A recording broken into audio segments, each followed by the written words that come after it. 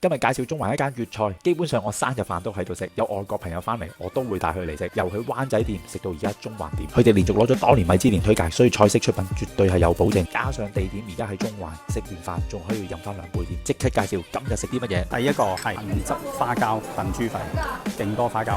呢個美中不足呢，就係要提早1日預訂，所以大家提前打個電話預訂咗佢先。好多花膠，女士最愛。出到外邊食飯呢，杏汁豬肺湯見到大家都最好點，因為喺屋企自己處理係實在太煩。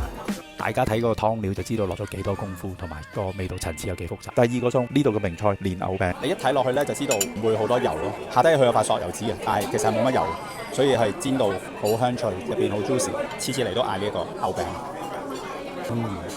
蓮藕同肉嘅比例係啱啱好，而且個皮係煎到好香好脆，見到就少少煙出嚟。呢個百食不厭，嚟到一定要嗌。